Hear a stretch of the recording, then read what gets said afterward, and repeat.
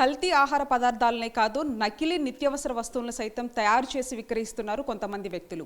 ఈ నేపథ్యంలో తాజాగా హైదరాబాద్ సిసిఎస్ ప్రత్యేక టీంతో పాటు గోషమహల్కు సంబంధించినటువంటి పోలీసులు ఒక ఆపరేషన్ చేశారు. ఈ ఆపరేషన్లో భాగంగా నకిలీ నిత్యావసర వస్తువులను పట్టుకోవడం జరిగింది.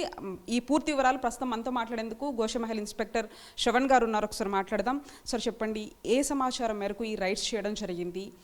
అంటే ఏమేమి తయారు చేస్తూ ఉన్నారు అక్కడ? అంటే కొంత టీ పొడి, అంతేకాకుండా సర్ఫ్, ఇవన్నీ కూడా తయారు చేసి విక్రయిస్తున్నారని చెప్పేసి అంటున్నారు. ఈ ఆపరేషన్లో ఏమేమి పట్టుబడ్డాయి? మా గౌరవ సిపి సార్ గారు మొదటి నుంచి ఈ కల్తీ ఆహార పదార్థాలు, నకిలీ వస్తువుల మీద స్ట్రిక్ట్ యాక్షన్ తీసుకోవాలని చెప్పేసి మాకు ఆదేశాలు జారీ చేయడం జరిగింది. అందులో భాగంగానే మేము వీటి మీద నిఘా ఉంచాము. మాకు అదేవిధంగా హిందుస్థాన్ లివర్ లిమిటెడ్ కంపెనీ నుంచి కూడా మాకు కంప్లైంట్ అందింది.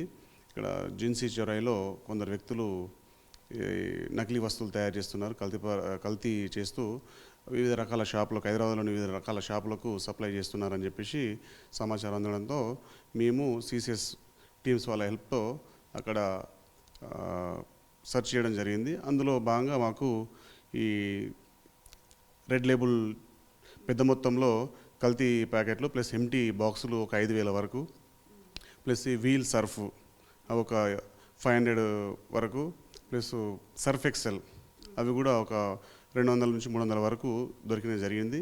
వాటిని తీసుకొచ్చి మేము వాళ్ళని ప్రాపర్గా ఎంక్వైరీ చేసి దీంట్లో ఈ రాకెట్లో ఎవరెవరు ఉన్నారు అని చెప్పేసి ప్రాపర్గా ఎంక్వైరీ చేయడం జరిగింది.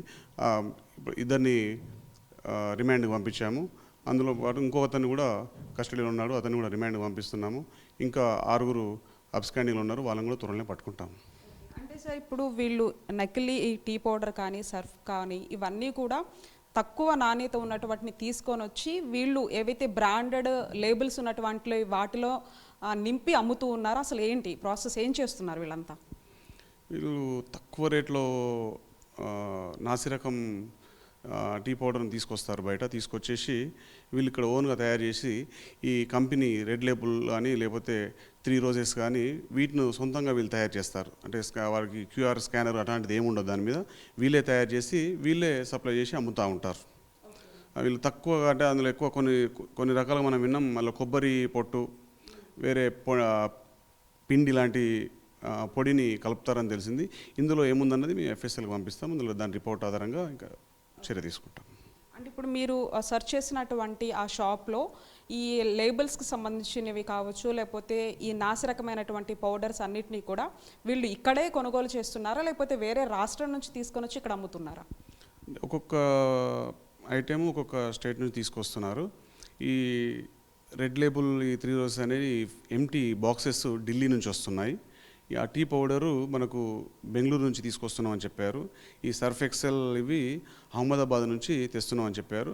డైరెక్ట్ ఈ గణేష్ ట్రావెల్స్ అని ఉంది, ఆ ట్రావెల్స్ త్రూ ఇక్కడ కాచిగూడ, అఫ్జల్గంజ్లో దింపుకుంటారు. అక్కడ నుండి వీళ్ళ షాప్కి వస్తుంది. ఈ షాప్ త్రూ వీళ్ళ వెహికల్స్ కానీ లేకపోతే వాళ్ళు ఆ షాప్ వాళ్ళు వచ్చి ఇక్కడ తీసుకెళ్ళడం జరుగుతుంది. కొన్ని సందర్భాల్లో వీళ్ళు ఆన్లైన్ అడ్రస్ ఇస్తారు. వీళ్ళు ఇక్కడికి వస్తే నిఘా ఉంటుంది, పట్టుకుంటున్నారని తెలిసి ఈ మధ్య వాళ్ళు ఆన్లైన్ అడ్రస్ ఇచ్చేస్తే డైరెక్ట్ వాళ్ళు కొరియర్ చేసేస్తున్నారు. ఆ కొరియర్లో వాడికి ఐటమ్స్ వెళ్ళిపోతున్నాయి. సో మీరు చెప్పినట్టు మరి ఇట్లాంటి ట్రావెల్స్ మీద, అంతేకాకుండా ఈ ఆన్లైన్ సంబంధించి కూడా ఏ విధంగా ఫోకస్ పెడుతున్నారు? ఇప్పుడు మాకు మా ఎంక్వైరీలో భాగంగా వీళ్ళు చెప్పిన విధంగా వాళ్ళ మీద కూడా మేము కఠిన చర్యలు తీసుకుంటాము. అదేవిధంగా మిగతా ట్రావెల్స్ మీద కూడా మేము సర్ప్రైజ్ చెక్ చేస్తుంటాము. మీరు స్వాధీనం చేసుకున్నటువంటి ఈ టీ పౌడర్స్కి సంబంధించి, లేకపోతే సర్ఫ్ కావచ్చు, ఇంకా ఏవైతే గుడ్ నైట్కి సంబంధించినటువంటి రీఫిల్స్ కూడా ఉన్నాయని చెప్తూ ఉన్నారు. సో వీటిని అన్నిటినీ కూడా దాంట్లో తయారీలో భాగంగా అక్కడ ఏమన్నా ఈ ముడి పదార్థాలు ఏమన్నా లభ్యమయ్యాయి సార్? మీరు అన్నట్టు ఏదైతే పౌడర్స్ కానీ లేకపోతే కలర్స్ కానీ అలాంటివి కూడా స్వాధీనం చేసుకున్నారా? ప్రస్తుతం ఈ కేసులో అలాంటిది ఏం దొరకలేదు. ఇంతకుముందు గతంలో కొన్ని కేసులలో దొరికినట్టు మా దగ్గర ఉన్నవి. ఇప్పుడు మిగతా వాళ్ళు అబ్స్కాండింగ్లో ఉన్నారు, తయారు చేసిన వాళ్ళని పట్టుకుంటే మాకు పూర్తి డీటెయిల్స్ తెలుస్తాయి. అసలు వీళ్ళు ఎన్ని ఇయర్స్ నుంచి ఈ షాప్ని రన్ చేస్తూ ఉన్నారు? వీటన్నిటినీ కూడా లోకల్గా ఉన్నటువంటి ప్రాంతాలకే వీళ్ళు సరఫరా చేస్తున్నారా సార్, లేకపోతే వేరే స్టేట్స్కి కూడా వీళ్ళు ఇక్కడ నుంచి ఎగుమతులు చేస్తున్నారా? 2021 కోవిడ్ అప్పటి నుంచి వీళ్ళు సొంతంగా ఇట్లా తక్కువ రేట్లో ఎక్కువ లాభాలు సంపాదించాలని చెప్పేసి ప్లాన్ చేసుకొని వీళ్ళు చేస్తున్నట్టు తెలిసింది.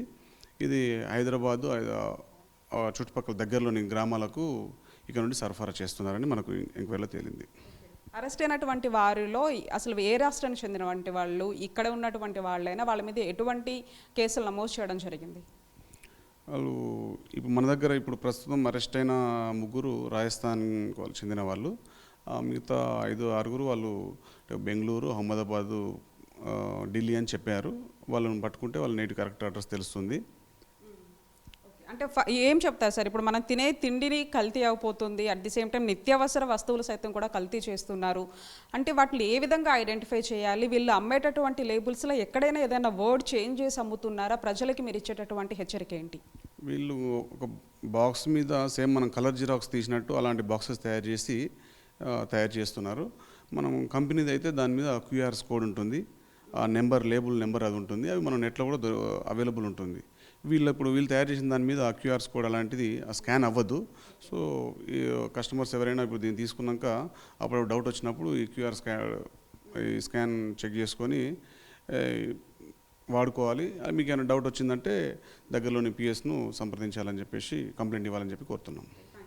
Thank you. రైట్, మొత్తానికి ఇది పరిస్థితి. తినే తిండే కాదు, ఈవెన్ నిత్యావసర వస్తువులు సైతం కూడా కొంతమంది కేటుగాళ్ళు ఈ కల్తీలకి పాల్పడుతూ ఉన్నారు. అయితే నిత్యావసర వస్తువులు కొనేటప్పుడు కూడా ఏవైతే ఒరిజినల్గా ఉండేటువంటి లేబుల్స్కి సంబంధించి అక్కడ క్యూఆర్ కోడ్ అనేది ఉంటుంది, అది కూడా మనం చెక్ చేసుకోవాలి. ఏదైనా డౌట్ వచ్చిందంటే ఇమీడియట్గా పోలీసులకు సంప్రదించాలంటూ కూడా చెప్తున్నారు. నిత్యావసర వస్తువులు కావచ్చు, తినేటటువంటి ఆహార పదార్థాలకు సంబంధించి మాత్రం ప్రజలు ఖచ్చితంగా అప్రమత్తంగా ఉండాలని చెప్తున్నారు. పర్టిక్యులర్గా ఈ కేసుకు సంబంధించి 3 వ్యక్తులని అరెస్ట్ చేసి రిమాండ్కి తరలించాము. ఇంకా మరొక 6 కూడా పరారీలో ఉన్నారు. వాళ్ళను కూడా త్వరలోనే పట్టుకుంటామంటూ కూడా గోషమహల్ ఇన్స్పెక్టర్ చెప్తూ ఉన్నారు. జర్నలిస్ట్ సురేష్తో కలిసి జ్యోతి టీవీ9, గోషమహల్ పోలీస్ స్టేషన్ నుంచి హైదరాబాద్.